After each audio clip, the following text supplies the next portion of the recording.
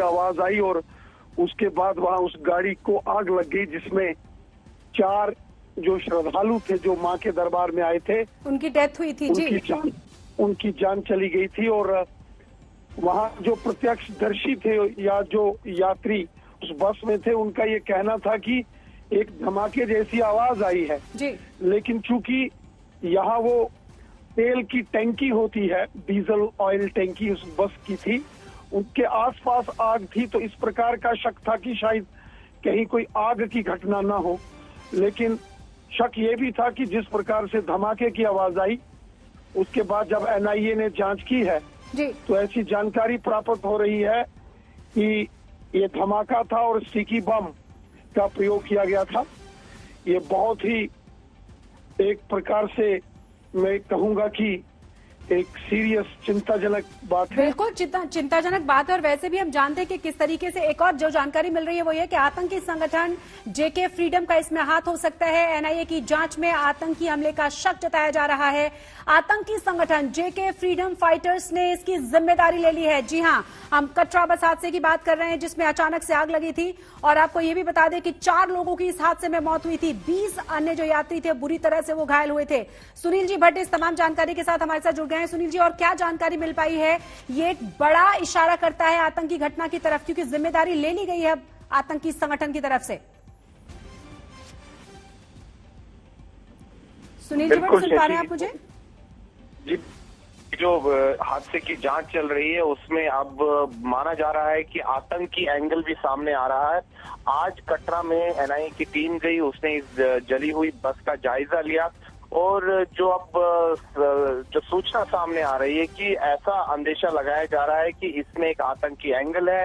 हो सकता है इसमें किसी स्टिकी बॉम्ब का प्रयोग किया होगा आतंकवादियों ने। हालांकि अभी तक इसकी जो है कोई आधिकारिक तौर पर किसी भी एजेंसी का बयान नहीं आया है, लेकिन जो अभी जो प्राथमिक जांच है उसमें यही बात सामने आ रही है कि हो सकता है इसमें आतंकी एंगल हो। और एक आतंकी संगठन है, उसने भी इसकी जिम्मेदारी ली है और उन्होंने कहा है कि ये हमला उन्होंने ही करवाया था। तो सुरक्षा एजेंसियों के लिए बहुत बड़ी चिंता की बात है, क्योंकि माता वैष्णो देवी के दरबार में प्रतिदिन हजारों की संख्या में देश भर से और विदेश से भी श्रद्धालु आते हैं। जो ये बस थी जिसमें आग लगी कल, ये एक स्थानीय बस थी और ये कटरा से जम्मू जा रही थी, लेकिन जैसे ही कटरा से 1.5 किलोमीटर आगे निकली, अचानक इस बस में आग लगी। शुरुआत में तो कल ये बताया जा रहा था कि हो सकता है इंजन में कुछ आग लगी हो और उसके कारण ही ये। बिल्कुल सुनील जी भट्ट बने रहे आप हमारे साथ। ये तस्वीर हम लगातार अपने दर्शकों को दिखा भी रहे हैं कि किस तरह से ये घटना हुई थी, जो अब कहा जा रहा है कि ये आतंकी घटना है। एनआईए इस पूरे मामले की जांच में जुटी हुई है। आपको ये भी बता दें कि इस वक्त हमारे साथ जम्मू कश्मीर के डेप्यूटी सीएम कविन गुप्ता जुड़ गए हैं। सवाल सर ये है कि पहले लगा ये हादसा है, क्या कुछ जानकारी आपके पास अभी तक आई है? किसी ने देखा है? कोई पूर्व डेप्यूटी सीएम है, क्या पता चल पाया है कि कोई वहां पे सीसीटीवी कैमरा हो, कुछ लोगों ने जानकारी दी हो, कुछ चश्मदीदों के हिसाब से कुछ पता चल पाया हो? देखिए, जिस प्रकार से घंटे की खबर आ रही है उससे लगता है कि जिस प्रकार से अमरनाथ यात्रा शुरू होने वाली है और इन दिनों में वैष्णो देवी में एक भारी मात्रा में लोग यहाँ पर दर्शन करने के लिए आते हैं, पूरे गुजरात से, यूपी से, पंजाब से और महाराष्ट्र से। तो उसमें इन्होंने कोशिश की है कि इस यात्रा को रोकने के लिए जब भी इस प्रकार की कोई यात्रा होनी होती है इस प्रकार की हरकतें करते हैं। बिल्कुल एक खौफ बनाने की कोशिश है ये, बिल्कुल। लेकिन जो इन्होंने डिजाइन चेंज किया है ये वाकई में चिंताजनक है और सुरक्षा बलों को भी इसका ध्यान रखना होगा, क्योंकि पहले जो AK-47 लेते आते थे और अब पिस्तौल से काम लेना शुरू किया है और आज इन्होंने ये जो नया तरीका अपनाया है ये बहुत चिंताजनक है। बाकी बातें तो जानकारी के बाद ही मिलेंगी। एनआईए और फॉरेंसिक जो है इसकी जांच कर रहे हैं। मुझे उम्मीद है कि ऐसी बात हो सकती है कि ये मिलिटेंट्स द्वारा किया गया अटैक हो और इस तरह से आगे घटनाएं ना हो। इसके लिए जो हमारी भारत सरकार है, गृह मंत्रालय है, चिंतित तो रहता है और करता भी है। तो उम्मीद करनी चाहिए कि एक अच्छा रिजल्ट सामने आए। बहुत बहुत शुक्रिया हमसे बात करने के लिए। तो पूर्व डेप्यूटी सीएम कविंद्र गुप्ता जो कह रहे थे कि वाकई में चिंताजनक है कि कहीं न कहीं यात्रियों में खौफ पैदा करने की ये कोशिश है। आपको ये भी बता दें कि उपराज्यपाल मनोज सिन्हा की तरफ से भी परिजनों के मुआवजे को ऐलान कर दिया गया था। ये भी बता दें आपको कि ये कटरा बस हादसा आपको याद होगा जिस तरीके से आग लगी थी, क्योंकि कहा यह गया था कि एक धमाके के साथ इस बस में आग लगी जिसमें 4 लोगों की जान चली गई थी और 20 लोग इस हादसे में घायल हो गए थे। आपको ये भी बता दें कि तब तक ये अंदाजा नहीं था कि स्टिकी बॉम्ब का इस्तेमाल किया गया है, लेकिन अब तमाम जो सुराग हैं वो साबित कर रहे हैं कि यहां पर ये आतंकवादी घटना थी, ये आतंकवादी हमला था। आपको ये भी बता दें कि आतंकी संगठन की तरफ से जिम्मेदारी ले ली गई है। ये तस्वीर हम आपको दिखा रहे हैं। 2 लोगों के हताहत होने की खबर उस वक्त भी आई और आपको ये तस्वीरें हम दिखा रहे हैं कि किस तरीके से ये घटना घटी थी। जानकारी ये मिली थी कि लगभग कटरा से 1.5 किलोमीटर दूर खरमल के पास जम्मू जा रही एक स्थानीय बस में आग लगने की वजह से 4 लोगों की जान गई थी। आग लगने के दौरान की तस्वीरें आप देख सकते हैं, किस तरीके से आग पर काबू पाया गया, तुरंत घायलों को अस्पताल पहुंचाया गया, वो वाली तस्वीरें भी आप देख सकते हैं।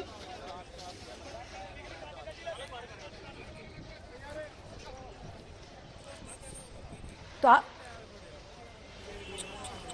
हमारे साथ इस वक्त पूर्व डीजीपी जम्मू कश्मीर एसपी वैद्य जुड़ गए हैं। एसपी वैद्य जी, सबसे पहले जानना चाहेंगे, ये तस्वीरें देखने के बाद क्या इस बात का अंदेशा था कि ये कोई स्टिकी बॉम्ब या इस तरह की कोई आतंकवादी साजिश हो सकती है? क्योंकि पहले कहा गया कि हल्के से धमाके के साथ ये आग लगी। देखिए, इन्वेस्टिगेशन के दौरान सब पहलू देखने चाहिए और ये उसी का नतीजा है कि आज ये पता चला कि स्टिकी बॉम्ब है। और स्टिकी बॉम्ब जो है इसमें जो लगाने वाला है वो फ्यूल टैंक में या कहीं भी इसको चिपका देता है और गायब हो जाता है, आम पब्लिक में मिल जाता है और कोई सबूत रहता नहीं है। तो ये एक बहुत बड़ा खतरा है। वैष्णो देवी मुझे याद आता है, वैष्णो देवी की यात्रा बहुत सालों से टेररिस्ट रडार में रही है। मैं आज से 25 साल पहले, 30 साल पहले एसएसपी उधमपुर, तब भी जो टेररिस्ट मारे गए उनसे नारियल बम बरामद हुआ, तब नारियल बंद किए गए अंदर ले जाना। तो वैष्णो देवी में बहुत सतर्क रहने की जरूरत है क्योंकि लाखों लोग वहाँ श्रद्धालु आते हैं। आगे अमरनाथ की यात्रा भी है और मैं समझता हूँ एक बहुत बड़ा चैलेंज है पुलिस और सिक्योरिटी फोर्सेस को, और इनको अपना इंटेलिजेंस और इसमें जनरल पब्लिक को अवेयर करना बहुत जरूरी है। सर, यही जानना चाहेंगे आपसे कि ये स्टिकी बॉम्ब जिसकी बात कही जा रही है, लो इंटेंसिटी का ये बॉम्ब बताया जा रहा है, क्या बिल्कुल अंदाजा इसका नहीं लगाया जा सकता था? और क्या इसे प्लांट करना इतना आसान है कि पता ही न चले और इतना बड़ा हादसा हो जाए, साजिश कामयाब हो जाए? जी, ऐसा है, जब कोई व्हीकल अनअटेंडेड हो, जिसका अगर ड्राइवर आसपास उस पर नजर ना रखे तो इसको स्टिकी बम को लगाना कोई मुश्किल नहीं है। बहुत आसानी से लगा के आप गायब हो सकते हैं। तो इसलिए जरूरी है कि हर एक ड्राइवर कंडक्टर को अपने गाड़ी को अपनी नजर में रखना जरूरी है ताकि कोई उसकी गाड़ी से छेड़छाड़ ना करे और ऐसा हादसा करने में वो कामयाब ना हो। एक बार वो लगा गया तो फिर तो हादसा रोका नहीं जा सकता। और आपने देखा कल 4 लोग अपनी जिंदगी खो बैठे। बिल्कुल, ये हम माने कि कहीं ना कहीं खौफ पैदा करने की कोशिश है श्रद्धालुओं के बीच, इसीलिए नए नए पैंतरे अपनाने की कोशिश है आतंकवादियों की। बिल्कुल वही कोशिश है। आप देखें किस तरह से कल राहुल भट्ट को निशाना बनाया गया, एक सॉफ्ट टारगेट को, ताकि कश्मीरी पंडितों में खौफ पैदा किया जाए, डर का माहौल पैदा किया जाए। और एक गवर्नमेंट ने जब 370 हटाया तो जो डीप स्टेट है उसके पांव तले से जमीन निकल गई है। तो आप वो ये सारे नई रणनीति, नए पैंतरे लाकर हालात, ऐसा माहौल बनाना चाहते हैं कि हालात बिल्कुल नॉर्मल नहीं हो रहे हैं, हालात खराब हो रहे हैं, बिगड़ते जा रहे हैं। तो ये कोशिशें उस तरफ। जी, बहुत बहुत शुक्रिया एसपी वैद्य, आपका पूर्व director general of police Jammu Kashmir, जो कह रहे हैं कि कहीं ना कहीं खौफ पैदा करने की कोशिश है। और एक के बाद एक जो घटनाएं हैं, चाहे हम राहुल भट्ट की बात कर लें, चाहे हम बाकी की तमाम खबरों की बात कर लें, वो कहीं ना कहीं ये दिखाती हैं कि खौफ भरने की ही कोशिश है। हमारे साथ हमारे संवाददाता सुनील जी भट्ट लगातार बने हुए हैं। सवाल अब ये है सुनील कि क्या कुछ और जानकारी मिल पाई है, क्या कोई सीसीटीवी फुटेज आसपास, क्योंकि कहा यह जा रहा है कि ये जो बस है वो कटरा से लगभग 1.5 किलोमीटर आगे थी, जम्मू की तरफ जा रही थी। क्या कुछ सुराग अभी एनआईए को मिल पाए हैं, इसके बारे में कोई जानकारी है? कोई चश्मदीद जो इसके बारे में कोई जानकारी दे पाए? बस में जो लोग मौजूद थे, क्योंकि उनका तो कहना यह था कि धमाके की हल्की आवाज आई और उसके बाद पूरी की पूरी बस आग की चपेट में आ गई।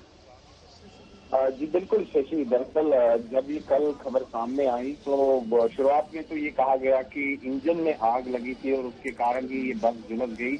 और दुर्भाग्य से इसमें 4 यात्रीगण जो सवार थे इस बस में, उनकी मृत्यु हुई और 24 अन्य जो है वो घायल हुए। घायलों का इलाज चल रहा है, लेकिन जब घायलों से आज तक ने बात की कल, घायलों का यही कहना था कि पहले एक धमाका हुआ और धमाके के बाद आग लगी। कल फोरेंसिक की एक टीम आई थी, फोरेंसिक साइंस की एक टीम आई थी, उन्होंने इस बस का जायजा लिया और उसके बाद आज एनआईए की टीम घटनास्थल पर पहुंची और इस बस का भी मुआयना किया। लेकिन जो भी खबर सूत्रों के हवाले से आ रही है उससे यही पता लग रहा है कि इस पूरे मामले में आतंकी एंगल इमर्ज हो रहा है, यानी कि आतंकी एंगल सामने आ रहा है कि हो सकता है कि इसमें आतंकवादियों ने कोई बॉम्ब फिट किया हो, स्टिकी बॉम्ब हो, लेकिन उसकी अभी आधिकारिक तौर पर कोई बयान तो नहीं आया। लेकिन सूत्रों के हवाले से यही बात सामने आ रही है। ये जांच का विषय है, इसी पर जांच की जा रही है। जहां तक घायलों की बात है, उनका उपचार चल रहा है और घायलों ने भी जो कल बयान दिया, जब हमने उनसे बातचीत की तो उन्होंने यही कहा कि पहले एक धमाका हुआ और धमाके के बाद इस बस में आग लगी। लेकिन ये सुरक्षा एजेंसियों के लिए बहुत बड़ी ये जो चिंता का विषय है, क्योंकि जैसे कि मैंने कहा कि प्रतिदिन हजारों की संख्या में श्रद्धालु आते हैं माता वैष्णो देवी के दर्शनों के लिए और साथ ही में अभी 30 जून से श्री अमरनाथ जी की यात्रा भी शुरू हो बिल्कुल, इसीलिए ये बात बहुत ज्यादा महत्वपूर्ण हो जाती है। बने रहें सुनील हमारे साथ हमारे संवाददाता जितेंद्र बहादुर भी जुड़ गए हैं। जितेंद्र, कल बहुत ही महत्वपूर्ण दिल्ली में मीटिंग भी हुई है इस हादसे को लेकर। सवाल अब यही है कि कहीं ना कहीं लोगों में खौफ भरने की कोशिश है। जैसा कि अभी सुनील भी बता रहे थे कि अभी कुछ ही दिनों में अमरनाथ की यात्रा शुरू होनी है, उसे भी आतंकवादियों की रडार पर माना जा रहा है, तमाम सुरक्षा के इंतजाम किए जा रहे हैं। और अब आप देखिए, पहले जिसे सिंपल सा एक हादसा कहा जा रहा था, अब साफ साफ पता चलता है कि आतंकी साजिश थी। एनआईए के सूत्र भी कुछ इसी तरह इशारा कर रहे हैं। बिल्कुल शशि, इस तरीके की कल एक बैठक गृह मंत्रालय में हुई थी और उस बैठक में तमाम चीजों को लेकर के चर्चा की गई कि आखिर अभी आने वाले दिनों में जो अमरनाथ यात्रा 30 जून से शुरू हो रही है, जो कि 43 दिनों की पूरी यात्रा होगी। और इस बार ये अनुमान लगाया जा रहा है कि पिछले 2 सालों से जो यात्रा नहीं हुई थी उसमें ज्यादा श्रद्धालु इस बार जा सकते हैं। तो उसके लिए सुरक्षा के किस तरीके के इंतजाम होने चाहिए, इन तमाम चीजों की, क्योंकि पिछले कुछ दिनों में ऐसे खतरे देखे गए हैं कि आतंकी आईईडी का इस्तेमाल कर सकते हैं। इसके अलावा जो साथ साथ जो कॉन्वॉय निकलेगा श्रद्धालुओं का, उस पर भी खतरा हो सकता है।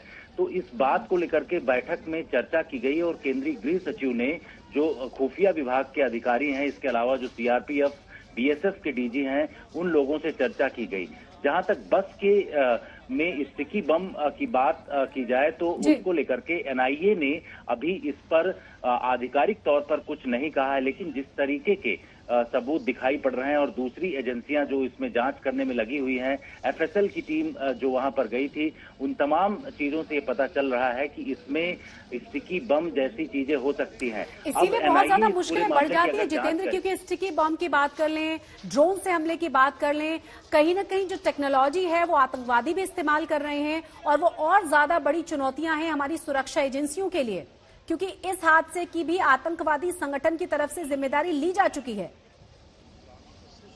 बिल्कुल, सुरक्षा एजेंसियों के सामने बड़ी चुनौतियां हैं, क्योंकि पिछले कुछ दिनों में जिस तरीके से आतंकवादियों की तरफ से टारगेटेड किलिंग की जा रही है और वहीं दूसरी तरफ जिस तरीके की घटना बस को लेकर के हुई है, वैसे में जो एजेंसियां हैं वो लगातार इस बात को लेकर के चिंतित हैं कि आतंकी घटना जो अलग अलग जगहों पर हो रही है उससे किस तरीके से निपटा जाए। यही वजह है कि बॉर्डर पर अगर देखा जाए तो बीएसएफ इस वक्त जम्मू का एरिया हो या फिर एलओसी का इलाका हो, उन तमाम जगहों पर अलर्ट अपना पूरी तरीके से बढ़ा दिया है।